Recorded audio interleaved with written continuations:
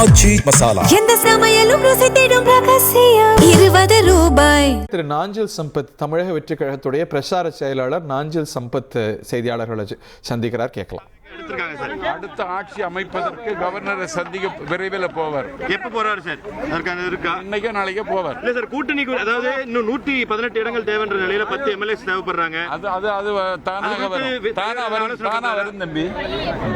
ஆளுநரை சந்திக்கிறார் விஜய் அப்படிங்கிற செய்தி வருகிறது. இது எப்படியோ சந்தித்து தான் ஆகணும். அது இன்றா நாளையா, இந்த தருணமா நாளையா அப்படிங்கிறத பார்க்கணும். ஆட்சி அமைக்கிறதுக்கான உரிமை கோருவதும் நடைமுறை. அதை எப்ப செய்ய போறாருங்கிறத பார்க்கணும். திரு நாஞ்சில் சம்பத் இன்றோ நாளையோ சந்திப்பார் என்கிறார்.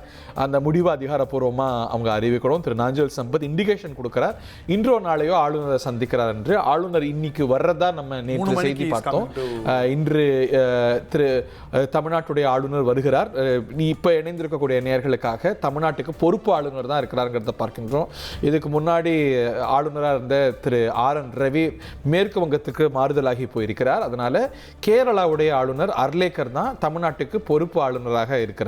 ஸோ இதுல முக்கியமான செய்தி, 2 மாநிலமும் தேர்தலை சந்தித்து புதிய ஆட்சியை எதிர்நோக்கி இருக்கிறது. ஸோ அவருக்கு 2 பதவி பிரமாணம் செஞ்சு வைக்கணும். 2 பேரோடையும் கோஆர்டினேட் பண்ணணும். அங்க காங்கிரஸ் ஆட்சிக்கு பதவி பிரமாணம் செய்யணும். இங்கே திரு விஜய் தலைமையிலான அரசுக்கு பதவி பிரமாணம் செய்யணும். ஆட்சி அமைக்க அழைப்பு விடுக்க கோரி ஆளுநரிடம் கடிதம் அளிக்கிறார் திரு விஜய் அப்படிங்கிற செய்தியை பார்க்கின்றோம். ஆச்சி மசாலா. எந்த சமையலும் ருசி தேடும் ரகசியம். 20 ரூபாய்.